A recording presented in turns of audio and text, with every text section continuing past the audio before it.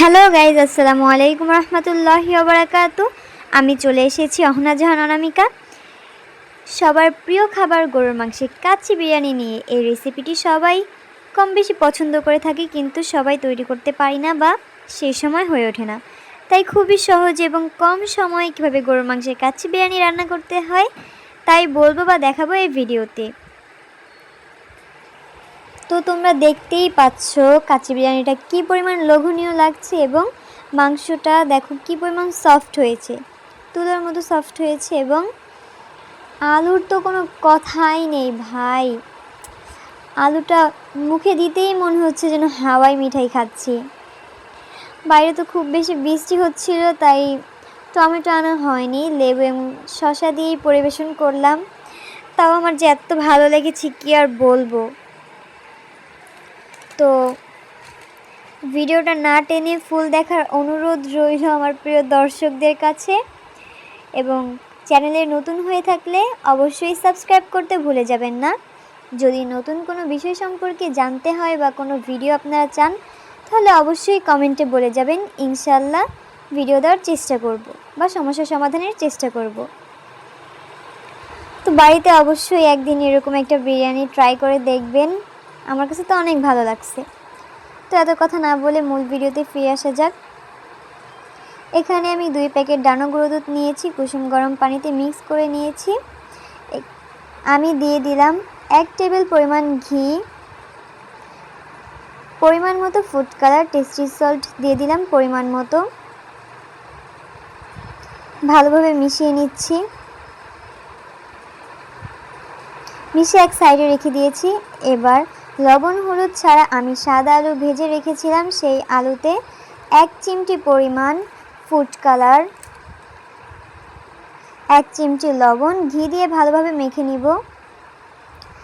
এখানে আমি রাঁধুনি রেডিমিক্স কাচ্চি বিরিয়ানি মশলা ব্যবহার করব, বাইরে থেকে অন্য কোনো মশলার দরকার নেই। মশলার প্যাকেটের ভিতরে আরও 2টো প্যাকেট পাবো, বড় প্যাকেটটা কেটে ঠিক এরকম লাগছে এবং ছোট প্যাকেটটা কেটে এগুলো পাওয়া যাবে। এখান থেকে আমি এলাচটা নিয়ে থেতো করে দিব যেন বিরিয়ানির ফ্লেভারটা ভালো আসে। পরিমাণ মতো মাংস নিয়ে নিলাম, আমি 1.5 কেজি মাংস নিয়েছি এবং এভাবে সাইজ করে নিয়েছি। দিয়ে দিলাম টক দই পরিমাণ মতো, আদা বাটা, রসুন বাটা পরিমাণ মতো, এটা অপশনাল, চাইলে স্কিপ করতে পারেন। দিয়ে দিচ্ছি 1 টেবিল পরিমাণ সয়া সস।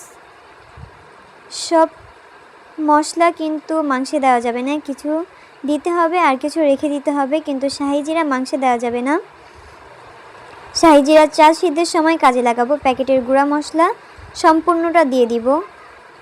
স্বাদ মতো লবণ দিয়ে দিচ্ছি, আর দিচ্ছি পরিমাণ মতো লিকুইড ঘি।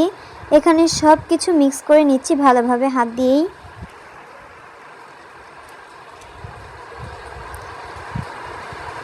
ভালোভাবে মিশানো হয়ে গেলে দিয়ে দিব সেই আলুগুলো ভালোভাবে ছড়িয়ে দিতে হবে যেন সব জায়গায় থাকতে পারে। দিয়ে দিচ্ছি 10-12টার মতো কাঁচামরিচ, 3-4টা মরিচ ভেঙে দিতে হবে, এতে ঝালঝাল ফ্লেভারটা পাওয়া যাবে। দিয়ে দিচ্ছি পেঁয়াজের বেরেস্তা 2.5 মুঠ পরিমাণ দিয়েছি। এখন দিয়ে দিচ্ছি আলু বোখারা পরিমাণ মতো।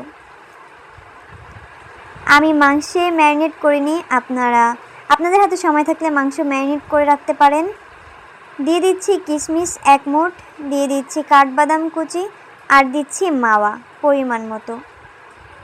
এবার আমি এটা ঢেকে রাখবো।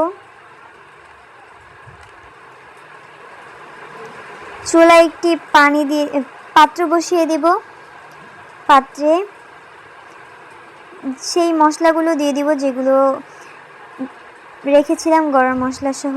শাহি জিরা ফুল দিয়ে দিব পরিমাণ মতো লবণ, তেল দিয়ে দিব পরিমাণ মতো, রান্নার রেগুলার তেল দিয়ে দিচ্ছি, লেবু, রান্নার রেগুলার তেল এবং লেবুটা চালটাকে ঝরঝরে করার জন্য দিচ্ছি। ঢেকে দিব। ঢাকনা খুলে বলক আসলে দিয়ে দিব বাসন্তী চাল। ফরচুন চালটা সেটা আমি ব্যবহার করেছি। ফরচুন বাসন্তী। চালটা দিয়ে 6 মিনিটের মতো আমি ভালোভাবে সিদ্ধ করে নেব, আধা সিদ্ধ করে নেব। ফুল সিদ্ধ করা যাবে না, এতে নরম নরম হয়ে যাবে এবং ঝরঝরে হবে না। ঠিক এইরকমভাবে সিদ্ধ করে এবার আমি চালটাকে ঝরিয়ে নেব।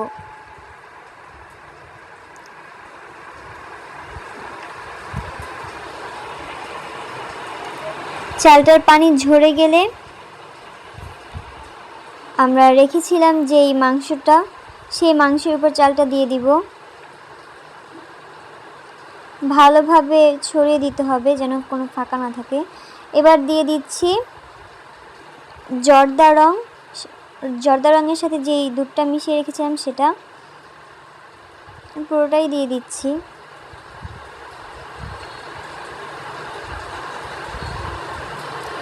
এবার দিচ্ছি পেঁয়াজের বেরেস্তা, মাওয়া দিয়ে দিচ্ছি পরিমাণ মতো। আমি এখানে ইনস্ট্যান্ট মাওয়াটা ইউজ করেছি, আপনারা চাইলে তৈরি করে নিতে পারেন বাসায়। কাচ্চি বিরিয়ানি রান্না করার সময় বিরিয়ানির উপরে আপনারা কোনো সময়ই কাঁচামরিচ ইউজ করবেন না। আমি যেভাবে মাংসের সাথে ইউজ করেছি আপনারা সেভাবে ইউজ করার চেষ্টা করবেন, এতে ফ্লেভারটা অনেক ভালো আসে। কাঁচামরিচ পরে ইউজ করলে ফ্লেভারটা ভালো আসে না। এবার আমি আটা যেভাবে রুটির জন্য ডো করে সেভাবে হাঁড়ির চারপাশে লাগিয়ে দিচ্ছি এবং এমনভাবে লাগাতে হবে যেন হাওয়া বাইরে আসতে না পারে। এখন আমি চুলা ধরিয়ে দিচ্ছি। চুলা ধরানোর পর একটি তাওয়া বসিয়ে দিব। 5 মিনিট জাল হলে হাঁড়িটা বসিয়ে দিব। হাঁড়িটা বসানোর কিছুক্ষণ পর আমি জালটা কম দিয়ে দিব, একদম লো আঁচে হিট করে নিব। আপনারা খেয়াল রাখবেন যেন হাই আঁচে যখন আমরা দিব তখন বিরিয়ানির নিচটা পুড়ে যাবে এবং ফ্লেভারটা অনেক বাজে আসবে। আপনারা চেষ্টা করবেন সবসময় কম আঁচে রান্না করতে। আমি ফুললি 1 ঘন্টা 45 মিনিট এটাকে রান্না করেছি এবং দেখতেই পাচ্ছেন এটা কত লোভনীয় লাগছে। তো আপনারা চেষ্টা করবেন আমার নিয়মে রান্না করার। নিয়মটা অনেক সহজ ছিল এবং কম সময়ে রান্না করতে পারবেন এভাবে।